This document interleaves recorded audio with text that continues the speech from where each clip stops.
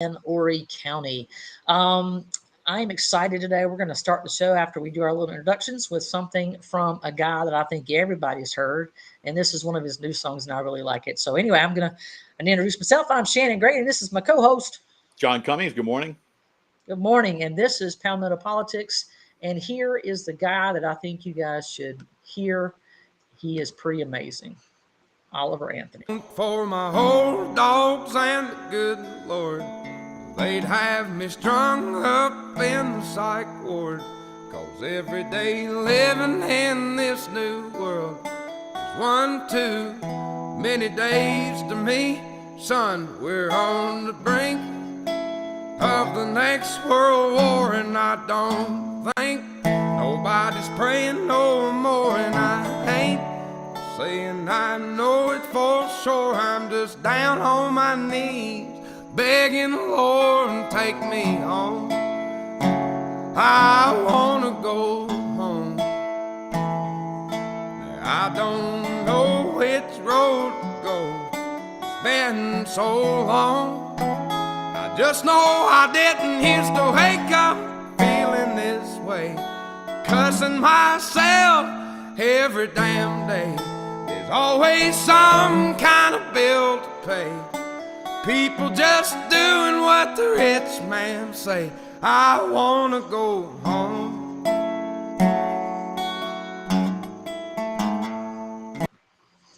All right, I won't play the whole thing, but folks, if you haven't heard that, you've got to go listen to this guy. He is amazing, and that's just one Yeah. song.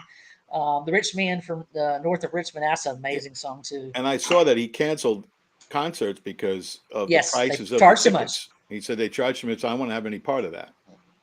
Good for him. I Yeah. applaud that because Now, listen, I have to say, I'm not, I wasn't raised listening to country western music. I wasn't, because there wasn't that's even borderline bluegrass, to be honest. there isn't even a country Folk. western radio station in New York for most of my life. But I did listen to a lot of old school country western, Conway Twitty, stuff like that. Yeah. I love that stuff because I'm a singer and I like that stuff. He's great. He's great because that's old to me. That's old school stuff. That's Well, not only bluegrass. that, yes, it's kind of a It's bluegrass. got Yeah, great folks. social import too, no doubt. Yes, I it's mean, and what that's what he's you need it for. singing. Yeah. It's But what he's I singing. like the just him and the guitar, and you can't strip it down Hmm. any further than that. And I Yep. love that guitar. Stephen Yes. Stills used to play one of those, Yeah. and he's probably the best So acoustic guitarist there is. yeah, But I'd I like to just reach out and ask love him the if I could message. Yeah, use. Yeah, I'd like to use that show as our intro. I mean, that song as yeah. our intro He to the it's show. I'm going to reach out and see if he'll let me do it. I yeah love it. he's it's a yeah, and that's what music is. Yeah, yeah. I want to go home. That's good. And folks, there's a lot of stuff going on here in South Carolina. I'm not even sure if we're going to get to cover all of it, but we're going to try to do our best to get through just some of it. Real briefly, we're going to start off with what's happening in Conway. I interviewed, I don't know how many, about maybe a month ago, I interviewed Ken Yeah. Richardson, who was running for mayor in Conway, and I asked him at the time what his feelings were about the possibility of these 1,700 homes being built and then having the city of Conway kind of expand and add those 1,700 homes. And Ken really didn't have much to say about that. He said he wasn't really familiar with it. Well, when was it that the mayor came out on the news, John? Was it I last saw it. night? I saw it this morning. I Yeah, think it was okay. yesterday, but I saw it this morning, and I think I saw it. I think I saw it the day before too. Maybe that was the preview of the. But I anyway, think it yeah, was I saw it this Wednesday, but morning. yeah, Yeah, I yeah, saw it this morning. yeah. So 1,700 homes. I don't know how many people have been to Conway. It's a small, almost like a sleepy town. It's becoming sort of a college town. But listen, I went to Coastal Carolina. I've said this before. Coastal Carolina, my hat here. And honestly, I never went to Conway. I mean, the school had not been annexed. That territory had not been annexed into Conway, but it was more or less a part of Conway anyway. You had to go through Conway to get to it. But when we went out to party as kids, we went to Myrtle Beach. That was just all there was to it. So they have since obviously annexed that territory. Now the university and the technical college are all part of Conway, which I think that's a great thing. It's a beautiful thing. Um, but I still don't see a tremendous amount of young people coming. There's a little restaurant beside where my business is called the Crafty Rooster. It's owned and operated by alumni of Coastal, and so of course we do have some students who come there. But I don't know that it's like the haven for university students. But hey, maybe it can be. But John, what do you think about 1,700 additional homes? What are your thoughts? Expansion is going to happen down here. There's no Yeah, doubt about it, no matter where you are, because look, people are just looking for a better life and trying to escape all of those, let's say, well, I'll say it, fascist cities up in the Northeast and the Midwest and the Rust woo, Belt, preach it. and I mean that's what they are. But the issue is, it has to be done judiciously. It has to be done slowly, and you have to make sure that the infrastructure is in place before you do it. You can't bring the people in and say, "Oh, you know what? We have too many people. We have to build roads. We have to build schools. We have to build hospitals." No, no, no. That's not how it works. Unfortunately, that's not how it works. And Exactly. as far as the environment is concerned, I think we all know what happens when there's major storms in the area that come in off the ocean and go into the Conway area. We saw it the last couple of storms. It's a low-lying area. You have to worry about the Yeah, in water. fact, Yeah, you have to worry about the water the table, and you also have to yeah worry about floods. evacuation. Yeah, down on Main Street, going all the way down to where Duplicates Inks is located, which is the John Cassie's business. They had floodwater like 4 feet high, and I wouldn't think that would flood. But then you look, and there's the river runs right behind it. So yeah, it's a problem. I don't know that adding that many homes is not going to acerbate that problem because trees do a couple of things. Trees, I saw somebody the other day said, "Hey, there's a way to filter out all this carbon that they keep talking about. It's called a tree. It's called a tree. That's Yeah, what trees do. They actually filter out carbon dioxide. And when they talk about a carbon footprint, just so you know, they're talking about carbon dioxide that we right. breathe out. Which is what we exhale, right? Yeah, yeah. So trees actually Which suck that in. is a poison. So right. So not only do they rid the atmosphere or limit the atmosphere of carbon dioxide, they also absorb water and they cut down on storms, destruction, and things like that.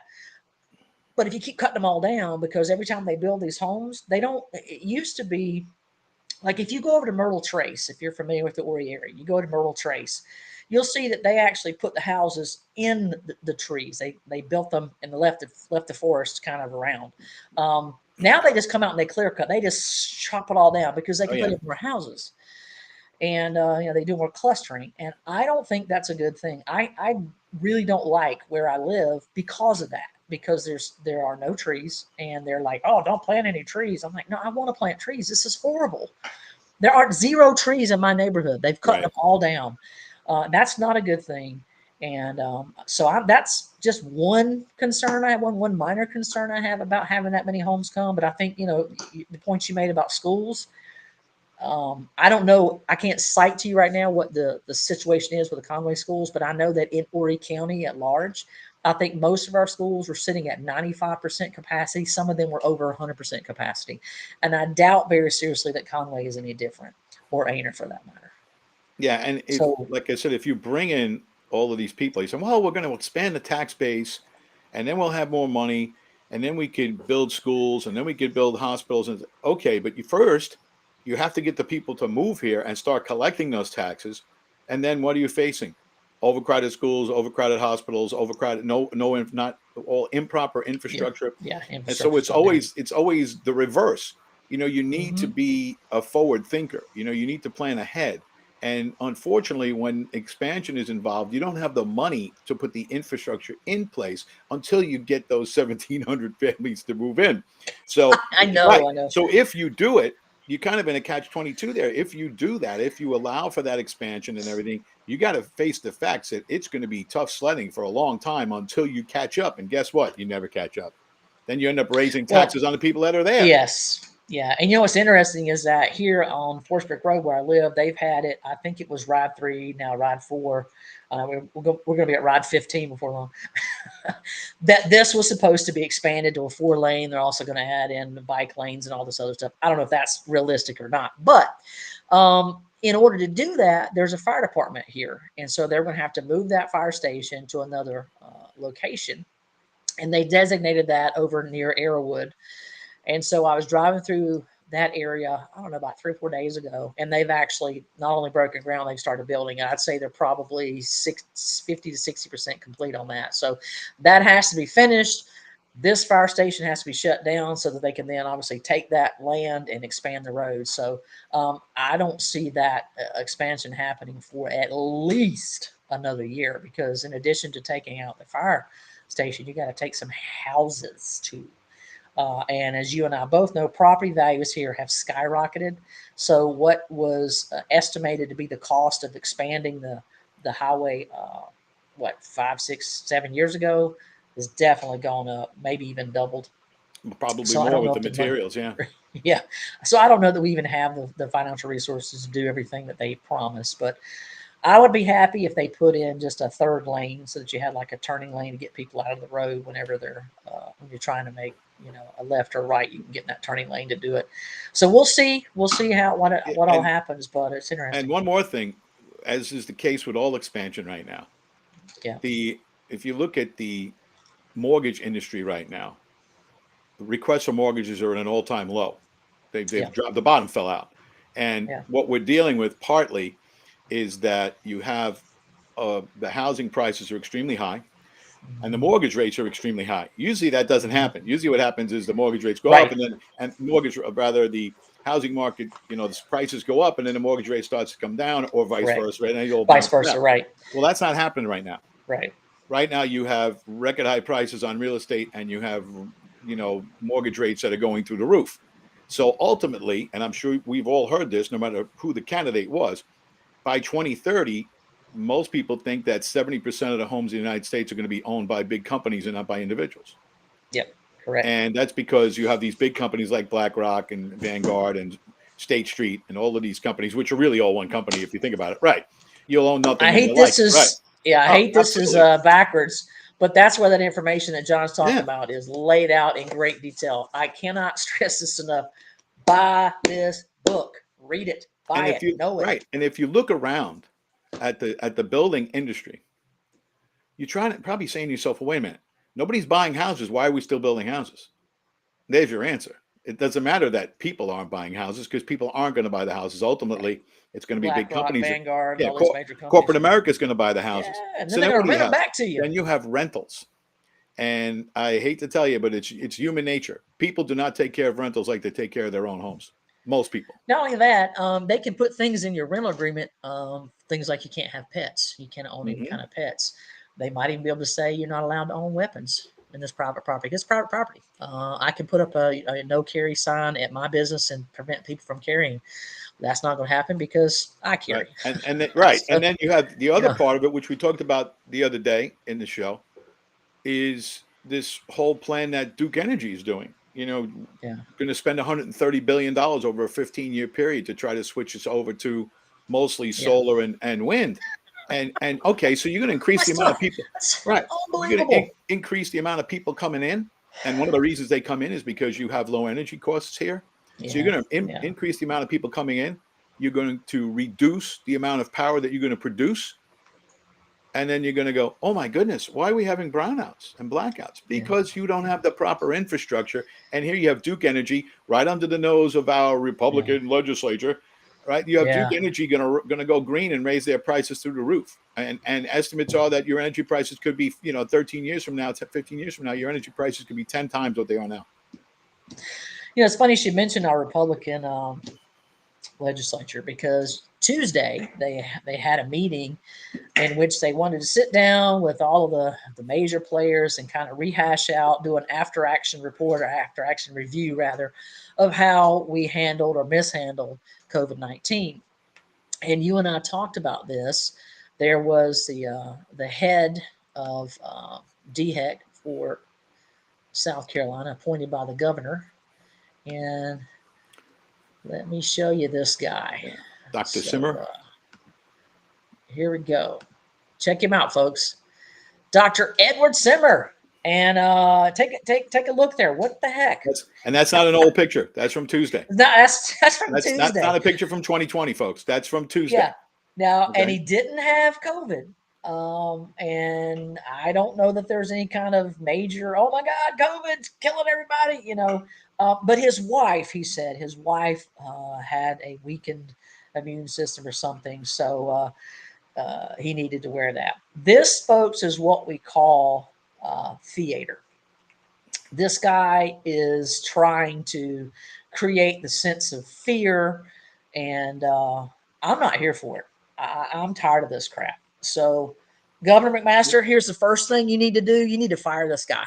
He needs to be gone like tomorrow. Yep, Gone. the Fire him. ultimate virtue signal right there. Yeah, There it is. yeah. I'm smarter than you. I'm better than you, and I'm going to cover my face, even though there is no scientific evidence at all that masks help. And in fact, it might be quite the opposite. That wearing a mask for an extended period of time might make you ill for any number of reasons. And the fact that he showed up at a public event, you can see there's nobody near him, right? There is nobody near him. I mean, there's nobody in those seats because a lot of people didn't know about this meeting anyway. So there's nobody near him.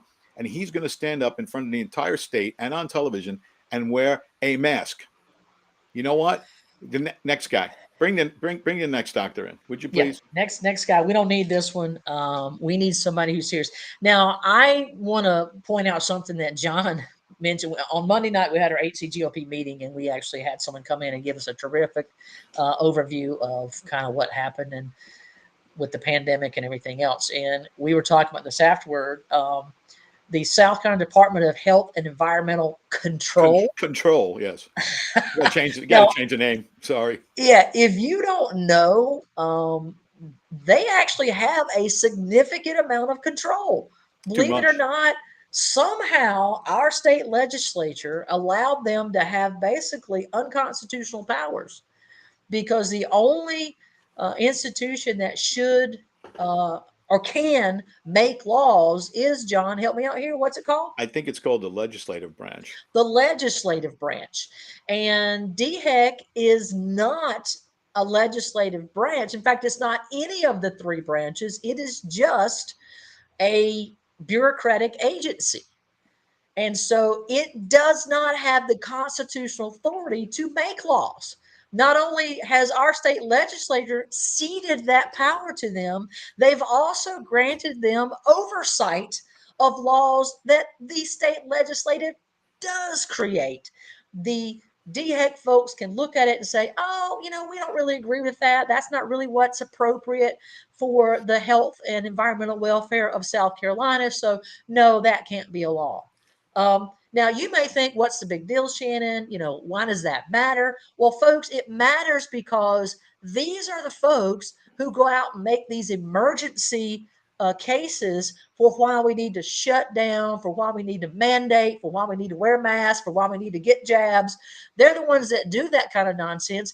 And look at what they just did in New Mexico. Look at what the governor of New Mexico is attempting to do. She's saying, listen, we temporarily shut the country down for 2 years because of a medical emergency. So I'm declaring there's a gun emergency, and I'm temporarily suspending the Second Amendment, which is your right to carry, to deal with gun problems, with a gun emergency. And she's labeling that as a health crisis. Folks, that's why this stuff matters. Please don't think it's insignificant. This is extraordinarily important that people understand this. This is probably one of the most important things to point out. Yeah, and remember, it doesn't say anywhere in the United States Constitution, unless it's an emergency, then you could just forget the whole thing. It doesn't say that. It doesn't say that anywhere. All right? Now, John, that's not part of it. You taught U.S. history and I taught U.S. history. You don't remember seeing the fine print at the bottom of the Constitution that says void in case of emergency? Oh, yeah. I mean, even think about this. Even during the Depression, Franklin Roosevelt tried to do a lot of things that were unconstitutional to get we the people out of the Depression. And the Supreme Court called him on it every time. And then he tried to pack the court, and we tried to add 6 justices to make it 15 so he can get through anything he wanted to get through. And then he actually, through attrition, people passing, he actually got to pass some things that were wildly unconstitutional. But that's another story for another time. But it doesn't say, oops, temporarily. The other part of this is that, look, we're all well aware of the fact that the overwhelming majority of people in the medical community, and I hate to say this, but it's true, they either lied about what was going on from the beginning of that virus, or they just ignored what was going on. And they were afraid to speak up because of pressure from their bosses, from the pharmaceutical companies, from whoever. But they basically burned down the medical institutions. They burned them down. So now we're supposed to listen to you, even though you lied to us the first time at length and are still lying to us. If there was a study that came out yesterday that showed that there are still, you could still have traces of spike protein if you get the vaccine 6 months after you got the vaccine, the jab, which shouldn't even, it's not a vaccine. 6 months after you got it, there was a study that came out yesterday. There's still signs of spike protein 6 months when they told us flat out that it wouldn't last more than 72 hours. So we know that they lied about everything. They lied about the virus. They lied about the jabs. They lied about everything. And now we're supposed to let you try to do this again? I don't think the people are going to stand for it. And again, and I said this at the meeting the other night, this whole scenario that's coming our way, and I don't care what it is, whether it's COVID or anything else that they're planning. This is why every night when you put the news on, that whether it's FBI Director Wray, whether it's Mayorkas, whether it's the pretender in chief Biden, whoever it is, all they talk about is the number one threat in this country is domestic terrorism. They're talking about you, folks. They're talking about you. They're talking about you standing up and saying, ho, ho, ho, we're not going for this again. We went through it once. We're not doing it again. And guess what? Then they'll come in and say, you're a terrorist. We're watching your texts. We're watching your communications. We're watching your social media. We're watching everything because you spoke out against the government. This is dangerous territory, folks. It is dangerous. And every day I wake up, I think, well, you know what? Yesterday was really bad. Today is going to be better. And some days it's a little better. Some days it's actually worse, John. I don't think I can be surprised anymore. I really don't. So I was reading through some of the news, and Fitz News carried, Will Folks does a great job up there, and he was carrying the story about this DHEC meeting. And he also had a story about a very famous South Carolina representative. And I say famous because he's always doing things, and he seems to be doing it in the shadows. Mr. Todd Rutherford. He actually got, not that long ago, he got a murderer off using very that's what I'm looking for. Shenanigans. Let's just call it that. Okay. He did some shady dealings with the judge to get this dismissed. Now that's since been reversed because the guy should have never gotten out of jail, and you don't do backroom deals and hide it from the justice and everybody else and what's going on. So he has just been brought up on investigation. He's being investigated for taking some funds from the taxpayers and redistributing them to his own family members. So he's an interesting character. And so the story accuses the veteran legislator of having quietly directed hundreds of thousands of tax dollars in the sum of about $600,000 to his now mother-in-law's small Charleston nonprofit. So how interesting for him. And then in addition, I understand he sent some of the money to his ex-wife's business partner through a budgeting process that is cloaked in secrecy. Now, of course, he said, oh, that's not true. His quote was, these are not hidden earmarks. They're only hidden from the people that aren't smart enough to know where to look to find it. So, folks, he just called us all idiots. Yeah, and I guess the other part of that is we really have to look, we the people, the legislature, and obviously law enforcement, they have to look into this and see if it actually violates any South Carolina laws. There's a possibility that it does not. There is that possibility. And if it does not, well, then guess what? The legislative branch, they need to fix that, and that's always, the laws are written with loopholes, either purposeful or accidental, but there's loopholes, and there are a lot of people who will find them. And you can, lawyers are good at that. Sure. And you can, they wrote the laws. So you can funnel the money that way. And like I said, it might be unethical, but it might not be illegal. And if that's the case, well, then they have to get back in there and rewrite the laws. As far as transparency, I mean, most politicians right now, I think, would like the transparency of a brick wall. They like to do everything in secret. Have meetings all the time. I mean, even yesterday in Washington, not to get off the subject, but when you have all those tech oligarchs meeting in secret with the Senate, I mean, that's nonsense. It's nonsense. Yeah. I don't want to hear closed door meeting. Right. There should be no closed door meetings unless you're talking about national security, and I mean at the highest level. We don't need to know imminent that attack kind of thing. Yeah, I can understand it, but about you're just bringing in the rich folk, and you're gonna talk about AI, and you're gonna talk about the problems that it presents, and you're not going to let the people in on it. And then I'm supposed to listen to what Chuck Schumer has to say about that particular meeting. And I'm supposed to believe him. He who just said there is absolutely no evidence that President Biden has been involved in any bad business dealings. Yeah, right. 150 suspicious activity reports in the banking system just on him and his family. Don't get me started. But, we You don't have get text straight information from messages anybody. that Yeah. from his own son saying that he's given his dad 50%. You have two, not one, but two business partners who said they have direct conversations with Biden, indicating that he was very much involved in all of this, and yet they want to say there's no evidence. Well, I'm glad you brought that up because it also brings up something else dealing with our illustrious president. The White House is so upset about Kevin McCarthy finally saying we're going to do an inquiry into the impeachment process or to impeaching Biden. The White House has sent out a letter to the media saying that you guys need to be attacking the Republican Party members who are trying to bring up impeachment. Right. Scrutiny. Holy cow, are you kidding me?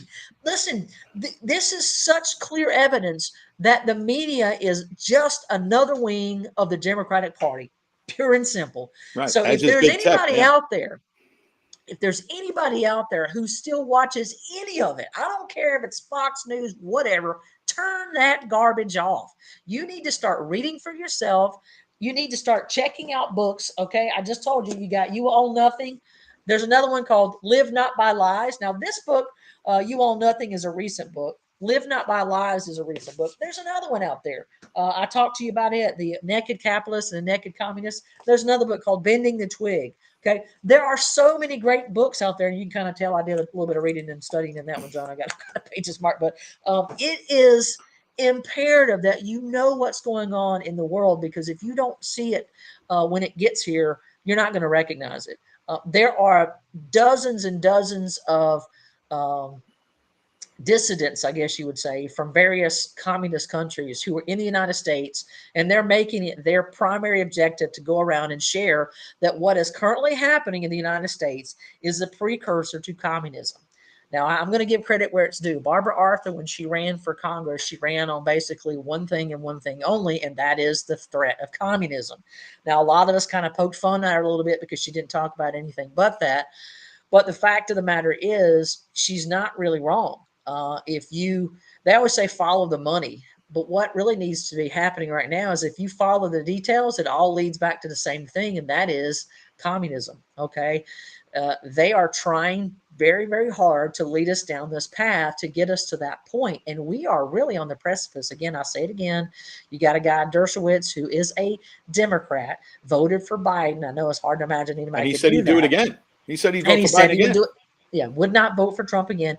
And yet he has even submitted that the current state of America is so bad with things like these ridiculous charges and indictments against President Trump that it's so bad that we are at 6.5 bananas out of 10, and at 10 we are officially a banana republic, and we cease to be the constitutional republic that we were created to be.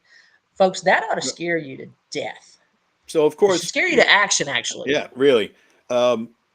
Once the Bidens really got caught with their hands in the cookie jar, they had to figure out a new method of defense. So people started admitting to the fact that, well, they were selling the illusion of access, that there wasn't really access, that it was all a scam, that they would pretend that the vice president would listen and they would just use his name, and then they'd get the money and then nothing would happen. So they really weren't selling anything. And that Vice President Biden, had nothing to do with Hunter's business dealings. I'm sure you've heard that many, many, many times, including the debate against President Trump. I mean, it's been going on for years that he always denies it. So last night, John Solomon on justthenews.com, if you haven't been on that page, you need to be on that page. So here's a story from 2015, a 2015 meeting with Vice President Biden and son Hunter's client being wooed for the Burisma deal involved discussion about influencing the UN Secretary General race, one of many meetings that dispel the Democratic narrative of mere illusion of access. They had a meeting in the U.S. Naval Observatory, which is the domicile of the For the vice president. Right. Yeah. 2015. Hunter Biden delivered FaceTime between then Vice President Joe Biden, his fellow business partners, and the Burisma board member, Devin Archer, and an international banker they were quoting for business in Kazakhstan. This took place with Joe Biden and Hunter Biden at the U.S. Naval Observatory in 2015, and it all came out in testimony from Devin Archer. All of it. So everybody knows this is the fact. And then yesterday Right. I was watching Steve Bannon last night, and he had people on, Mhm. and they basically all agreed that President Biden, then Vice President Biden, but now Mhm. President Biden, if you want to call him that, Yeah. is a controlled asset of the Chinese Communist Party. Period. If you go back and 100%. look at all of the dealings that they had, only going back to Patrick Ho. If you don't go back and somebody go Google Patrick Ho, and your head will explode. Yeah. That this has been going on for years. Everybody knows about it. And I guess the buried lead is always that they're going to have to get Biden out of the way soon, somehow, because Joe Biden is not at the top of this. Well, He's not. the He's not Democrats smart. are He's turning not on Biden. smart. Yeah, he's not. Well, that's Yeah. because they know now that, and they always knew, but he's Yeah. not smart enough to be at the Mhm. top of this. It's got to be somebody higher. Yeah. Somebody higher, like Yeah. whoever you want. And Fill in that's the blank. Obama. The previous president, Mhm. that whole group. It's got to be Yeah, coming there's a from somewhere. Democratic article that came out, and they said that it's time to get rid of Biden and Harris, which I thought was funny because they did throw Harris under the bus too, because they realized Yeah. this. Somebody said she's the greatest insurance against Joe Biden being 25th Amendment because nobody wants her. And there's the She's gonna be move, worse. because that article came from David Ignatius. It was in the Washington Post, right? David Ignatius has been writing forever for the Washington Post, but he is also the reporter who is most connected to the intelligence community in the United States in Washington, D.C. So they always feed him stories. He's the guy. So he's the leak E, all right? He's the guy that they leak information to, that allows the intelligence community to control the narrative. So right now, the intelligence community that controls everything, I don't care what anybody says, and has for the last 60 years in this country, if not more. Right now, they're telling you right up front, look, we need to get rid of Biden. And then that moron Joe Scarborough goes on his show yesterday and says that privately all Democrats say to him that Biden's got to go. So they're greasing the skids, folks. They're just trying to figure out a way how to get rid of him and get rid of Kamala Harris. Right. Harris has got to go too. And that's the whole holdup. That's why they haven't done this. They would have already dropped the hammer on Biden, except for there's Harris. And, again, I say this over and over again. And I can't remember who I was listening to. It might have been Ben Shapiro. And he was saying that, why in God's name did Biden pick Harris? Because he could have picked Amy Klobuchar. She was way more capable of being the vice president and being therefore president. Kamala Harris is absolutely a disaster. I mean, she has the lowest polling numbers of any vice president in history. She's abysmal. Well, obviously she was there to attract a certain type of voter, right? And that's when they look at race and ethnicity and whatever they're going to do. And they figured that they could use her for that reason and no other reason. And great insurance policy that they don't go after Biden. Well, now that's all. Look, that's all in the past, because right now they're in a position where they have to cut bait on Joe Biden. They have to. They always knew it was a risk. I'm sure you've heard the Obama quote. This family show. I won't repeat it, but they said never underestimate Joe Biden's ability to screw things up and clean that up. Mm-hmm. And they know now that they have a major problem. And because the polling is actually coming out now, and it's recently everything is showing that every single Republican in the race right now for president is either beating or even with Joe, even Trump. Okay. Oh, hey, Trump's whooping him pretty good by like 10 points. And I say that because they thought, oh, well, he's under all this pressure. He's got all these indictments, and that'll finish him off. And it's not finishing him off because Joe Biden is terrible. Took him in the other direction. Terrible. I've maintained from the beginning that if they really wanted to, keep President Trump out of this, they should have given him zero publicity. None. Yeah. They shouldn't have gone after him at all. They just should have let. And I'm telling you, it would have worked better than this is working, because every time they indict him, his numbers go up. I mean, that was just a misread by them, because they think they control the narrative. Well, guess what? The people are stupid, but we're not that stupid. I mean, fool me once, right? Fool me once. Mm-hmm. That, you know how that goes. So I think that you're at a point where they know they have to cut bait. They have to figure out a way to get Kamala Harris out of the way. I don't know if they're going to go after her husband. which is possible because he has major Chinese business connections. They could do that. I don't know what the other possibility could be. Gavin Newsom already said that he's not going to run, which is quite possible because I don't think Newsom's stupid either. You're going to step into this, and he's going to get beat over the head with what happened in California with COVID and the crime and the environment and everything's going to come back on him big time. And they can try to control that as much as they want, but I don't think it's going to work. You see Michelle Obama's name floated out there, and I get that. But the problem with that is the further they investigate Joe Biden, the worse it's going to look for the Obamas, all of them, because they look, the bottom line is when all of this was going on with Joe Biden, he was appointed by President Obama to be the point man in Ukraine and in Asia, right? Well, yeah, and they've got him. They've got him dead to rights because he tried to say that the president and all the leaders of Europe had said this guy was terrible at Ukraine. They needed to fire him, and now it turns out none of that's true. And every time he said that, President Obama knew it was not true. So at any time he could have come out and said, "Joe, no, that's not how that went down." Right, but and of course, the other issue with President Obama is they have in sworn testimony, they have the testimony that they were all sitting there, the president, the vice president, when they got briefed by Brennan, and they all knew that this whole Russian collusion thing, that was false. They all knew that Hillary Clinton was going forward with this with the help of the intelligence community. They all knew it, and they were all at the meeting. So you're undermining a president of the United States or a future president of the United States, and before he got sworn in, you're undermining him from the beginning. To me, that's treasonous. I mean, you're basically trying to take somebody out with a lie. And they all knew about it, and Obama was at the meeting. Sorry, that's going to look bad at him, and it's going to look bad for Michelle Obama, too. And you know what, too? They got really, really wealthy since he left office, which, unfortunately, with presidents happens now. They got very, very wealthy. I don't think they want people pouring through their tax returns. Yeah. Well, that's one of the points that I think it was Ben Shapiro made yesterday, was that you look at the Bidens, and for basically 50 years, he's been a public servant, and he's a multimillionaire. Oh, and How's then that some. Possible? Yeah, and then some on 175,000 a year for 40 years, and then right. And then he got a little more than that for being vice president, which is it's not a lot more.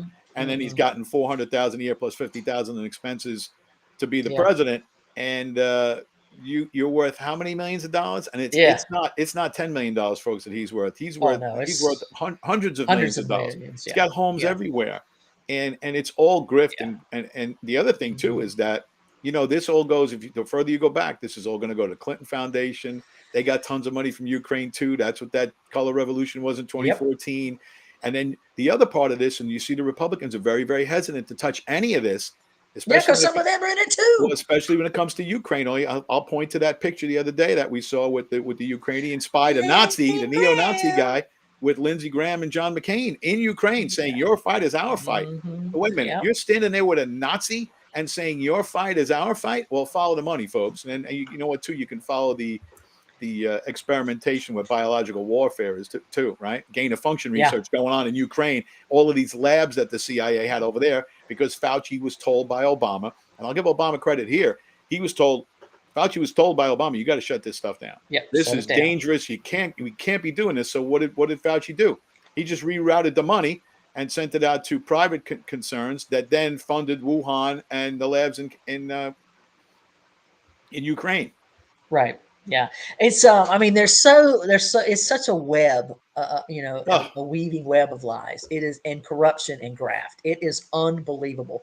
But yeah, it does not avoid Republicans. There are Republicans very much involved in this. I've said it before. I know you've said it before. Mitch McConnell, again, he has familial ties with the Chinese.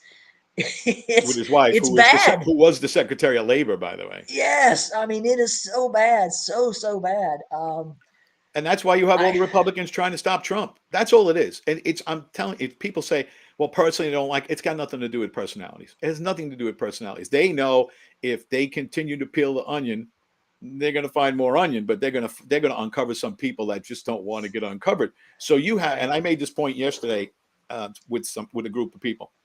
You have Trump on one side, right, and Bobby Kennedy on another side. I don't think what you want about Bobby Kennedy, but he's a populist. He's a liberal populist, but he's a populist, right? Trump is more of a right-wing populist. And the media and the establishment and the uniparty are doing their damnedest to keep both of them from getting any type of solid positive publicity. That's all you need to Yeah. know. They're both over the target. They're coming at it from different directions, but Right. they're both over the target. And they want to expose corruption and the merger of the oligarchy and corporations with the government and all the inroads they've made with all the lobbyists and all the money. And both of them, Trump tried to take it on and didn't realize how deep the swamp was. I mean, I hate that term swamp because I like swamps, Yeah. but Yeah. it's more like a cesspool than a swamp.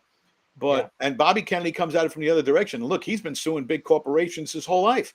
So Yeah. both of them are over the target. And all you need to know is that Bobby Kennedy is a Kennedy who's a Democrat who's being blacked out by the media while he's running for president, which is just mind-boggling.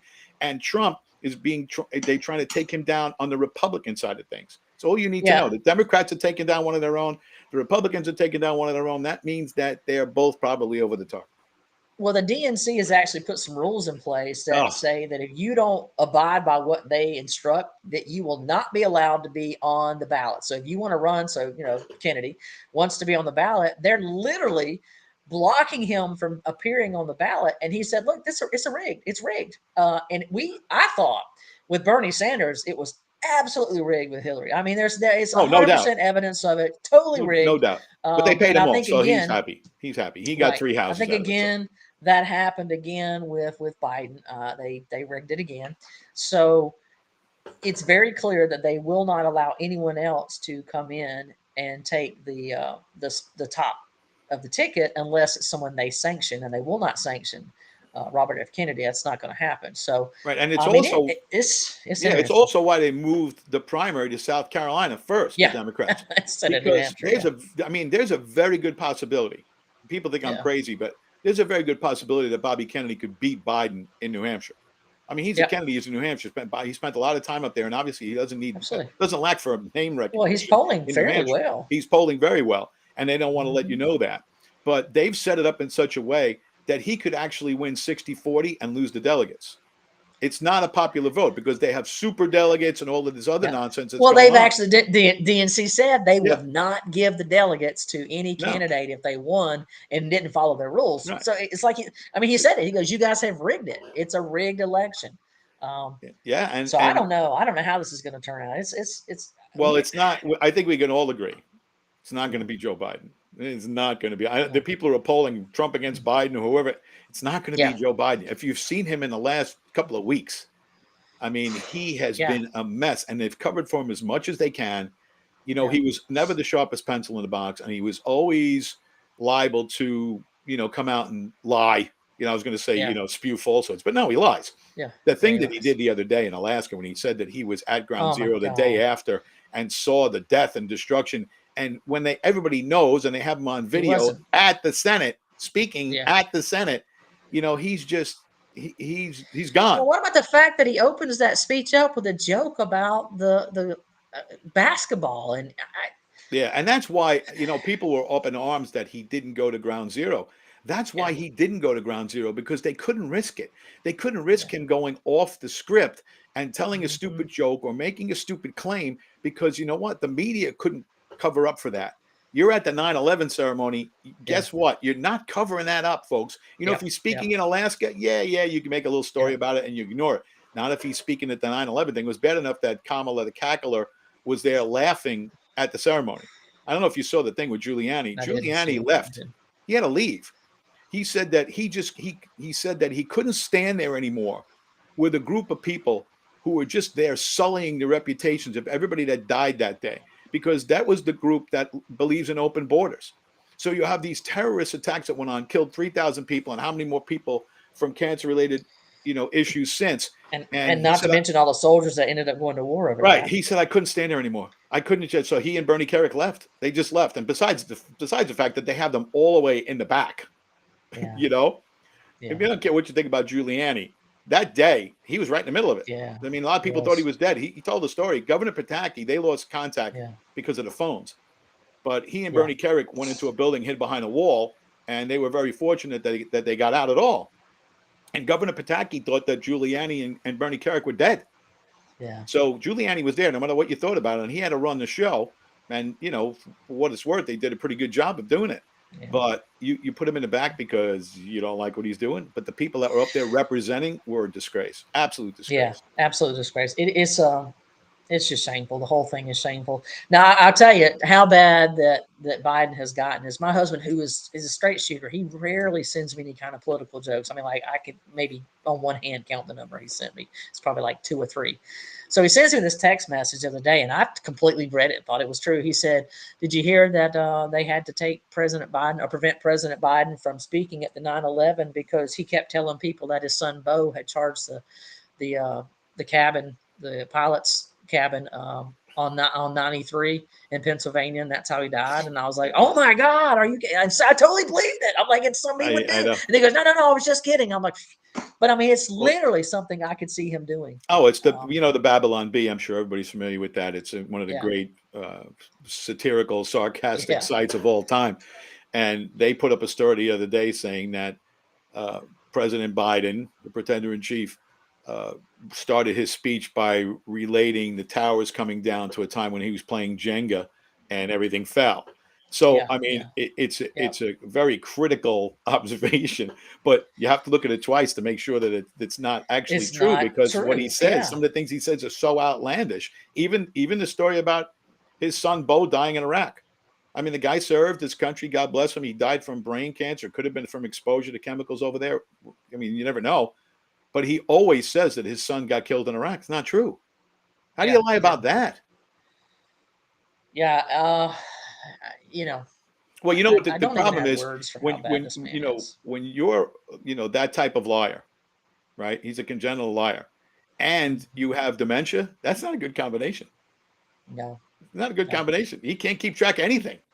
No, absolutely not. Doesn't know what day it is. I mean, the fact that he's on a world stage and he announces to them that he's going to go to bed, I'm Yeah. like, oh my And God, here's one more thing. The picture what? yesterday. He's at a cabinet meeting, and he was exhausted from the travel. I understand that. You know what? I mean, he's Mm-hmm. 80, right? I I'm get it. 63. If I did all that traveling, I think I'd be pretty wiped out too. And he couldn't handle running the cabinet meeting, so his wife was doing it. What is this, Woodrow Wilson? Are you kidding me? She's sitting there running the cabinet meeting with her nonsense education doctorate. If you've ever read her dissertation, Yeah, you'd have her thesis there is you'd have, terrible. oh my God, Well, unbelievably Michelle bad. Obama's is not better. I'm going to tell you, hers is No, bad too. no, but at least she Yeah, doesn't run around saying that she's Dr. Obama. that's true. I That's mean, they true. had to make her Dr. Jill Biden. Never mind. Well, and Not the Whoopi's papers over were there written thinking on. she's a medical doctor, which is hilarious to me. It's like, Whoopi, she's not a medical doctor. Well, that was Uh, one of the great things that I watched Steve Bannon quite a bit, and soon as she started calling herself Dr. Biden, everybody that comes on Steve's show that has a doctorate is Doctor whoever. Naomi Wolf, she has a PhD. He calls her Dr. Wolf. Peter Navarro, he's got a doctor. He calls him Dr. Navarro. So everybody that's got a PhD, medical or not, gets called uh, doctor. I love it because that's what you have to yeah, do with them. I mean, yeah, labels are everything for them. right. That's absolutely key. I now let me jump back a little bit to the state issue, and in particular with New Mexico. Um, and again, kind of reiterating why this is so important that we have a governor. And I want to, give a kudos to Representative April Cromer because she made the point that Governor McMaster loves to say, we didn't shut down. We didn't do all the things that were done in other states. But she said, yeah, we did. She said there were plenty of states. There were plenty of businesses, small businesses that shut down and never opened again. There were restaurants that were closed, and as you and I noted, there were beaches closed. So I am deeply concerned that we still have a guy like that in charge. So folks, I'd like to say, please write to your state representative and write directly to the governor and say you need to replace that guy, and let's make certain that we get legislation in place that strips away. And I think that's happening, if I'm not mistaken. I can't think who it was now. It was a state senator who was heading up this. His name Yeah. Well, Tom Timmons. Was it Timmons that was heading this up? And some others had said they didn't realize how much power had been granted to them, and they're going to do what they can to kind of remove that. That's absolutely important.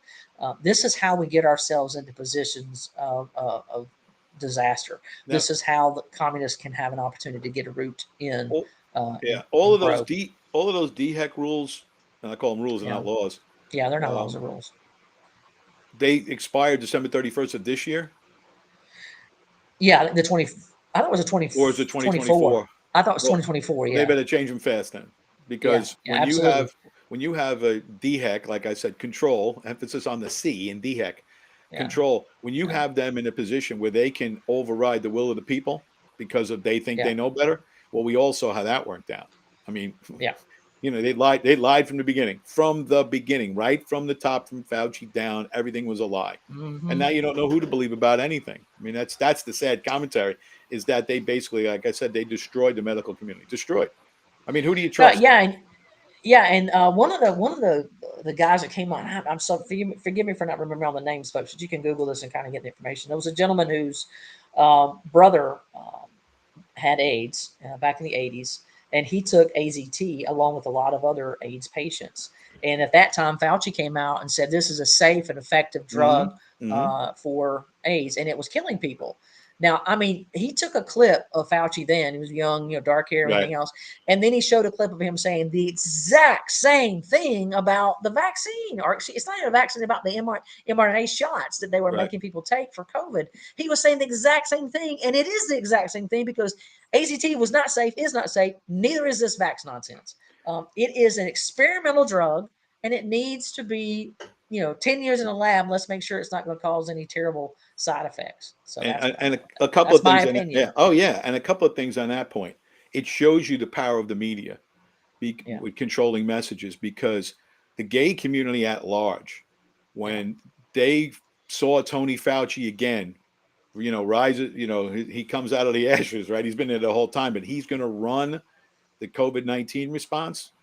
They were outraged because they knew him from the issues back in the 80s with AIDS and Hmm. AZT. I mean, they hated Yeah. his guts.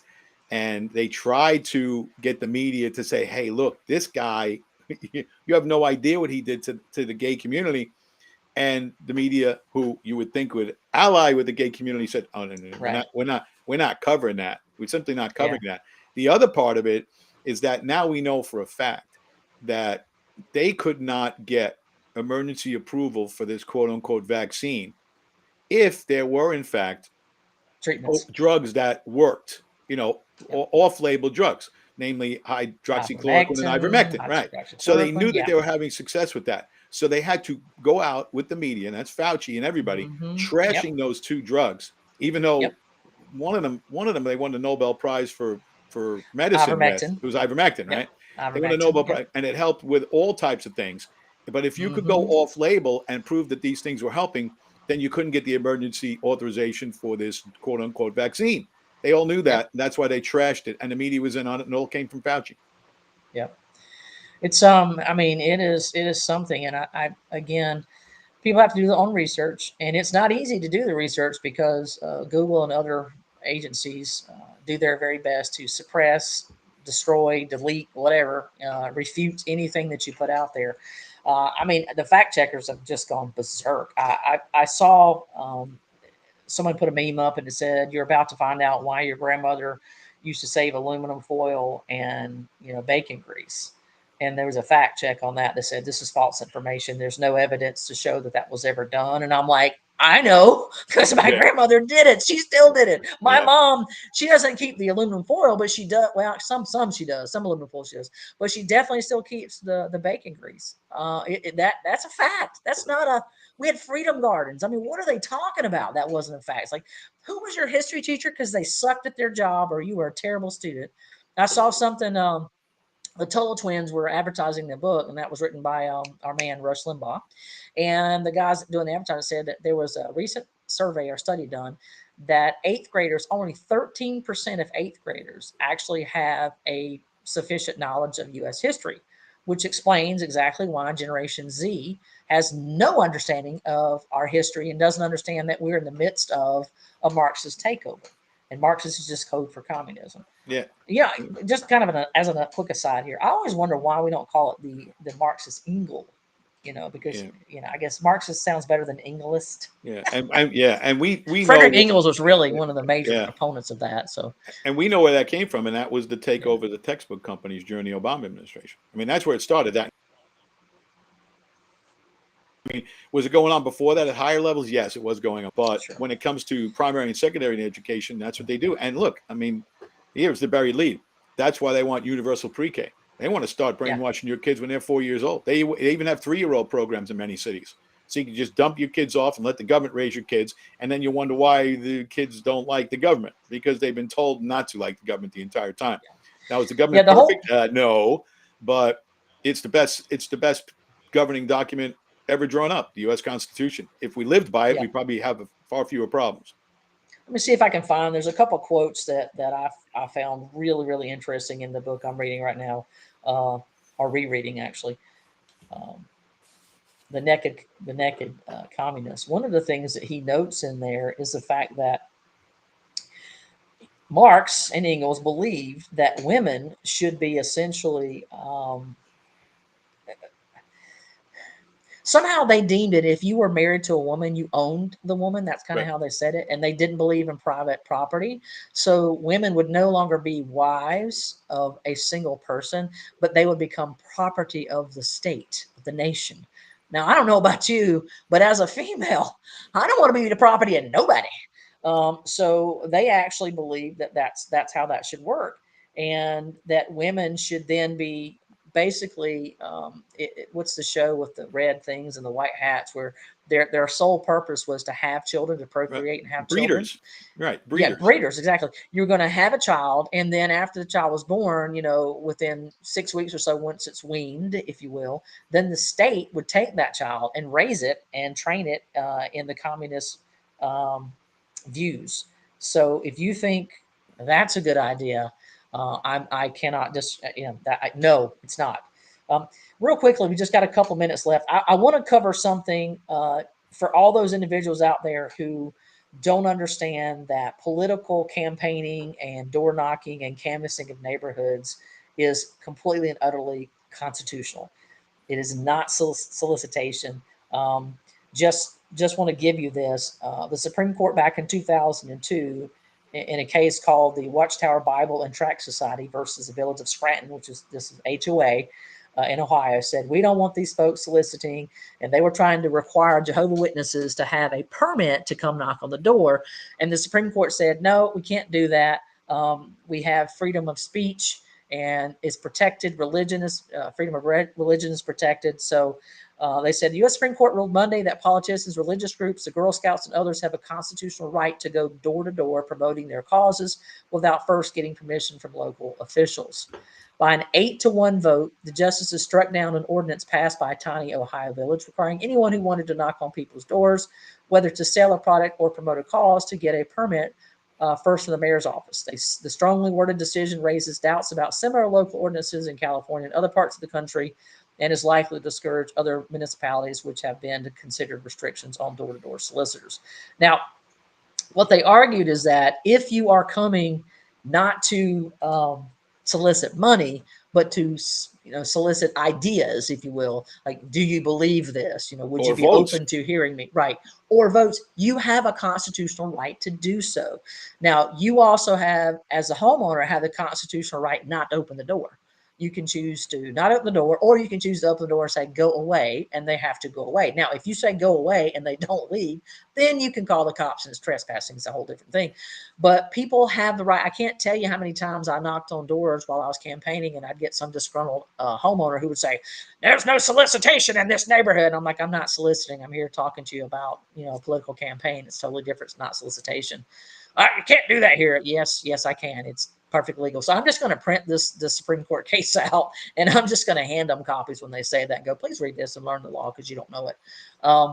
But yeah, that's the thing, folks. So when you start getting door knocks and it's going to start happening here pretty soon because we're ramping up for the campaign season starting in January with folks coming and knock. Actually, I already You had got some people out, yeah. Ron DeSantis folks knocked on my door probably 2 or 3 weeks ago.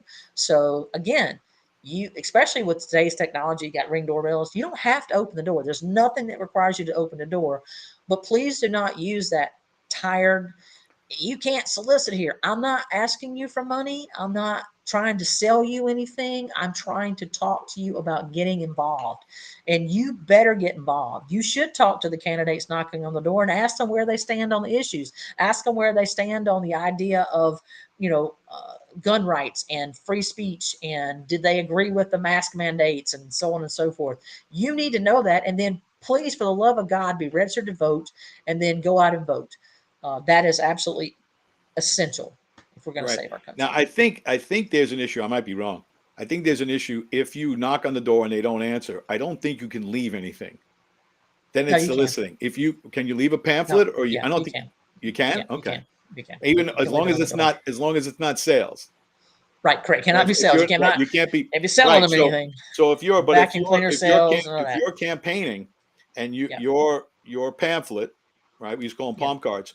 If your Yeah. pamphlet has a part of it that says, "Okay, here's donations, 500." No. I don't think you Yeah, can you do can do that. that too. You can Can't do that really. too. You can. You can. Now, what you cannot do is you As long cannot as hang not it on the mailbox. You right. can't stick it in their mailbox. You can put You it on the door. Yeah, you you're can allowed hang to it do on the that. door, but as long as you're not selling something. Right. Yeah, you No. can't be selling anything. Yeah, And when I I was get it. campaigning, I never asked for money. If people wanted to donate, I had people say, I'd like to donate. That's fine. But I just didn't solicit funds. Of course, I was in a small county Yeah. race, so it wasn't like I really needed Well, tremendous funds. I door, was running for Congress. So, well, you know this. Door knocking's where it's at. I mean, that's yes, how you get people to vote.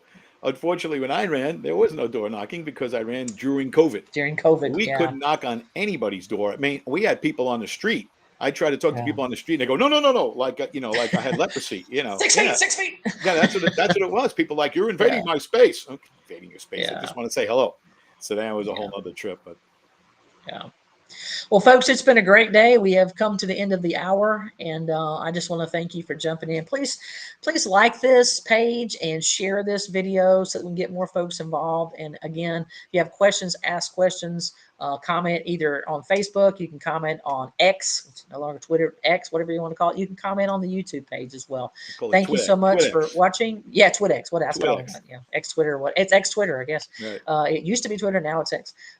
So please, as I said, please like this and share it. That helps us a whole lot. We're not looking for any kind of money. We just want people to be informed. John, you got anything else? Yeah, we don't want to solicit. Yeah, we're not trying to solicit. We're not trying to solicit funds. But if you want to send me some money, I'm not going to tell you no, but I'm not asking for it. So anyway, that's all I've got. So as always, God bless, Godspeed, and we'll see you next time.